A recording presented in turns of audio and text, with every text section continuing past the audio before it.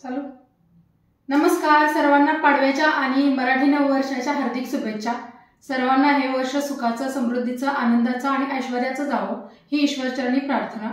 तर आम्ही कॅनडामध्ये आहोत आणि इथे सण वगैरे असला तर त्याचं फिलिंग नाही येत. तर म्हणून मी ठरवलं की आज काहीतरी स्पेशल मेनू बनवूया. म्हणून इथे मी बनवलेली आहे मस्त पुरणपोळी. इथे भात दिसतोय आणि मस्त चमचमीत अशी येळवण्याची आमटी बनवलेली आहे. दूध गरम करून ठेवलेलं आहे, त्याच्यावरती मस्त तुपाची धार सोडून घेतलेली आहे. त्याच्यानंतर भजी आहेत, पापडी आहेत आणि असं संपूर्ण ताट रेडी केलेलं आहे. आणि हे 2 ताट आमच्यासाठी रेडी करून घेतलेले आहेत. आणि हेच ताट मी देवाला नैवेद्य दाखवणार आहे. कारण आपल्याकडे परंपरा आहे की पहिला जेव्हा पण आपण सण किंवा अजून काही असेल तर पहिला नैवेद्य हा देवालाच जातो. म्हणून पहिलं मी देवाला नैवेद्य दाखवून घेणार आहे. तर हे असं ताट आहे, इथे ताट ठेवून घेणार आहे. आणि हे ताट असं रेडी झालेलं आहे मस्त. आणि देवाला नैवेद्य दाखवायला सुरू आहे.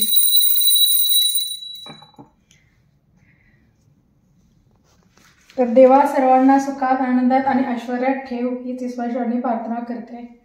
आणि मस्त आता मी जेवायला घेणार आहे. तर आज पाडवा आणि आज 3.5 मुहूर्तापैकी एक मुहूर्त आहे. आणि आपल्या इंडियाला पाडवा म्हणजे खूप मोठं फेस्टिवल मानलं जातं. आणि तेव्हा चैत्राची चाहूल लागते आणि झाडांना पालवी वगैरे फुटायला लागते. तर मी कॅनडामध्ये कसं सेलिब्रेट केलं तर सकाळी उठले, मस्त देवपूजा वगैरे केली. त्याच्यानंतर पोळी, येळवण्याची आमटी, काहीजण कठाची आमटी बोलतात, मस्त कांदा भजी, पापड आणि दूध वगैरे तापवलेलं होतं. तर मस्त असं ताट तयार केलं. पोळी, भाजी, भात, भजी आणि पापडचं. आणि मस्त दुपारी लंच करून घेतला. आता रात्री जेवणासाठी सुद्धा येळवण्याची आमटी आणि भात असं खाणार आहे. आणि एक्साइटिंग गोष्ट म्हणजे जेव्हा पोळी बनवली जाते तेव्हा सगळ्यात जास्त मजा येते ते येळवण्याची आमटी म्हणजे कटाची आमटी खाण्यासाठी येते. खूप छान होते आणि अगदी खायला एकदम टेस्टी वगैरे लागते. तर मस्त असा मी पुरणपोळीचा आज प्लॅन केलेला होता. आणि इकडे गुढी तर काय उभा नाही केली, बट येस जेवण बनवलं आहे.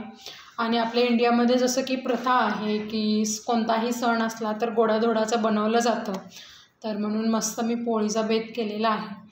आणि तुम्हाला व्हिडिओमध्ये दिसेलच की मी काय काय बनवलं आहे आणि कसं एन्जॉय केलेलं आहे. तर मला हे सांगायचं होतं की जरी आपण दुसऱ्या देशामध्ये असलो तरी असं गोडाधोडाचं बनवून आणि थोडंसं एन्व्हायरमेंट क्रिएट करून प्रत्येक सण असा साजरा करू शकतो. जर इंडियन कम्युनिटी असेल तर तिथे अगदी सण वगैरे साजरे केले जातात. पण आम्ही टोरंटोच्या ठिकाणी राहतो तर तिथे खूप सारे इंडियन तुम्हाला भेटणार नाहीत किंवा सण साजरे करण्यासाठी तुम्हाला खूप दूर जावं लागेल तुम्हाला ज्या वस्तू लागतात त्या गोळा करण्यासाठी. तर म्हणून आम्ही घरातच अशा पोळ्या वगैरे बनवून दिवाळीमध्ये सुद्धा मी असं गोडाधोडाचं बनवलं होतं. थोडे दिवाळीचे पदार्थ बनवले होते आणि तशी दिवाळी साजरी केलेली. मस्त दिवाळीत थोडंसं घर वगैरे सजवलेलं. बाकी जास्त काही करता नाही आलं, पण जेवढे पदार्थ मला बनवता येतात तेवढं पदार्थ मी बनवून साजरा केलेला होता. तर खूप महत्त्वाचा हा 3.5 मुहूर्तापैकी एक मुहूर्त होता. तर तो मला चुकवायचा नव्हता आणि त्यासाठी मला काहीतरी गोडाधोडाचं बनवायचं होतं. म्हणून मी पुरणपोळीचा प्लॅन केलेला आणि मस्त एन्जॉय केलेला आहे. तर व्हिडिओ शेवटपर्यंत बघा, लाईक करा, शेअर करा, कमेंट करा आणि सबस्क्राईब करायला अजिबात विसरू नका.